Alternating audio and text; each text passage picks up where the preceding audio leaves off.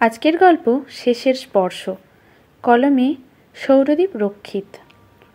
নদী দিয়ে বয়ে যাচ্ছে জল, আকাশে উঠছে কত পাখি, তাদের সঙ্গে পাল্লা দিতে মত্ত সাদা মেঘ। নীল আকাশটাকে লালচে করে ঢলে পড়েছে সূর্য। নদীর জলের শব্দ, পাখিদের কলরব, হাওয়ায় পাতার খসখস আওয়াজ, সব মিলিয়ে কেমন মায়াবী পরিবেশ তৈরি করেছে যেন আজ। আগে তো তেমন কোনোদিনও অনুভব হয়নি, বা হয়তো তেমন খেয়াল করেনি।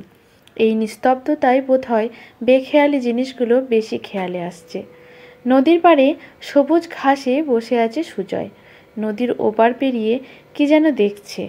ওর পাশে একটু জায়গা ছেড়ে বসে আছে রানী। এই দূরত্ব কি পরিস্থিতি তৈরি করেছে, নাকি ওদের অদৃষ্ট? রানী আকাশে উড়ন্ত পাখিগুলোকে দেখছে। কি জানি, হয়তো এটাই ভাবছে, যদি কোনোদিনও ওই আকাশে খেলে বেড়ানো পাখিগুলোর মতো ওরও ওরকম স্বাধীনতা থাকতো। সুজয়ের দিকে মুখ ফেরালো রানী, বলল, অন্যদিন তো অনেক কথা বলো, আজ কেন চুপ? আবার সব নিস্তব্ধ।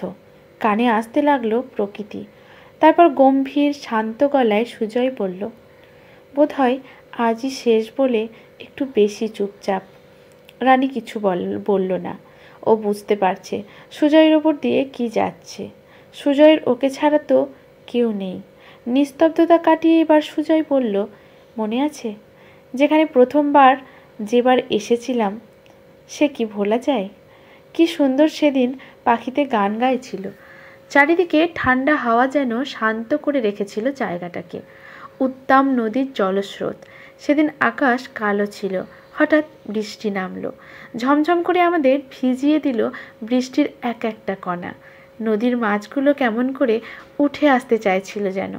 আকাশের পাখিগুলো নিজেদের ঘর খুঁজছিল। পায়ের নিচের ঘাসগুলো যেন কতদিন পর তৃপ্তি পেল। আর এই সবের সাক্ষী ছিলাম আমরা। তারাও তো আমাদের প্রথম স্পর্শের সাক্ষী। রানী মাথা নিচু করল, বলল, মেঘের প্রতিটা টুকরো আমাদের গা স্পর্শ করেছিল। তুমি আমার দিকে তাকিয়েছিলে, আমি দেখেছিলাম তোমায়। হঠাৎ যেন মাথার উপর অনেকগুলো ঝাড়বাতি একসাথে জ্বলে উঠল, পরক্ষণেই আবার নিভে গেল। আকাশের কোনো প্রান্ত যেন মেঘ চিৎকার করে উঠল। একবার, আরও একবার আমি ভয় পেলাম। আমি তোমায় জোরে চেপে ধরলাম। তুমি তোমার শক্ত হাতে আমায় তোমার বুকে টেনে নিলে। আমার মনে হলো যেন আর কেউ আমার কিচ্ছু করতে পারবে না। আমি সব বিপদের থেকে সুরক্ষিত। আমার ক্ষতি করে কোন পাগলে? তুমি আমার মাথায় তোমার হাত রাখলে, আস্তে আস্তে মাথার হাত বুলিয়ে দিলে। কি নরম সেই অনুভূতি! এক নিমেষে সব ভয় যেন কোথায় হারিয়ে গেল। আমি তোমার দিকে তাকালাম, তুমি আস্তে আস্তে আমার মুখের দিকে এগোলে। আমি অপেক্ষা করছিলাম তোমার সেই ছোঁয়ার। চোখ বুজে এলো, সব অন্ধকার। আমি অনুভব করলাম আমার ঠোঁটে একটা নরম স্পর্শ। আমার বুকটা ছড়াৎ করে উঠল। সেটা ভয়ের অনুভূতি ছিল না, ওটা আনন্দের অনুভূতিও ছিল না। কি ছিল সেটা? আজ মনে করি নিশ্চয়তার। বেশ সাজিয়ে কথা বলে তুমি। এর পরেও বলবে?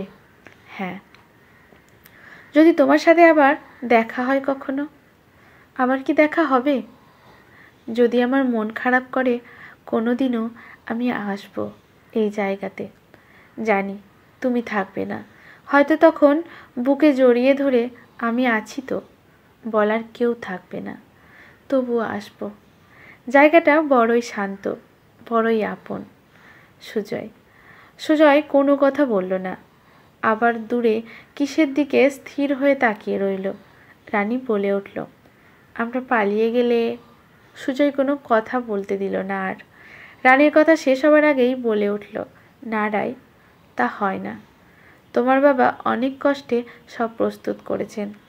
এখন এই সব না, না রাই। কিন্তু আমাদের স্বপ্ন? মানুষ তো বেঁচেই থাকে স্বপ্নের হাত ধরে। যেখানে স্বপ্ন মৃত, মানুষও মৃত। বা কিছু সম্পর্ক, আমরা আমাদের স্বপ্নের আঙুল ধরেই তো বেঁচেছিলাম এতদিন। এখন সেই স্বপ্নকে মিথ্যে করে দিয়েছে তোমার বাবার স্বপ্ন। তাই আমাদের সম্পর্কের যে মৃত্যু ঘটল রাই। আমি তো চাই না সুজয়, আমার বাবার কথা মতো। এবারেও রানীর কথা শেষ হলো না। সুজয় বলে উঠল, তা কি করে হয় রায়? তোমার বাবা তোমার ভালোর জন্যেই এই সিদ্ধান্তটা নিয়েছেন। আমিও চাই তুমি ভালো থাকো। আমি কে? এই 2 পয়সা রোজগার করে তোমার সব ইচ্ছে পূরণ করার ক্ষমতা আমার কুলোবে না রায়। আমার যে তোমাকে ছাড়া আর কোনো ইচ্ছে নেই লক্ষ্মীটি, জানি। কিন্তু আমি তোমার সুখের মাঝে বাধা হয়ে থাকতে চাই না। তুমি তার কাছে ভালো থাকবে। আমার সুখ যে তুমিই লক্ষ্মীটি। আমায় অত মান দিও না, আমি তার মর্যাদা রাখতে পারবো না। একদিন তোমায় বলেছিলাম চাকরি পেয়ে বিয়ে করব। আজ সেটা জুটতে এত দেরি হয়ে গেল যে। নিস্তব্ধতা আবার নেমে এলো। সন্ধে হয়ে আসছে, কিন্তু এ যন্ত্রণার সাক্ষী হবে অনেক এমন সন্ধে। তুমি সত্যিই চাও আমি আমার বাবার পছন্দ করা ছেলেকে বিয়ে করি? হ্যাঁ, এতে তুমি সুখী হবে। আর তুমি? আমি না হয় বেঁচে থাকবো তোমার মন খারাপের অপেক্ষায় এখানে, এমনভাবেই যেমনভাবে আমরা আমাদের সোনালি সময়গুলো এখানে কাটিয়েছি। তোমার কষ্টের জন্য দায়ী আমি না, তুমি ঠিক নও।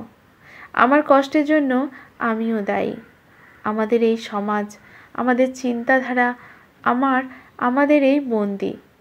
রায়, এই খাঁচার থেকে মুক্তি নেই। হয় না। রানী সুজয়ের দিকে বিস্ময়ে তাকিয়ে রইল। ওদের মাঝের দূরত্ব যেন আরও কত দীর্ঘ হয়ে গেল। রানী বুঝতে পারল ওদের সাজানো স্বপ্নের ইতি আজই এখানেই। সুজয় দূরের দৃষ্টি রানীর মুখের ওপর ফেলল, বলল, আজ শেষবারের মতন তোমায় একবার ছুঁতে পারি রায়? আজকের গল্পটি এখানেই সমাপ্ত। ধন্যবাদ।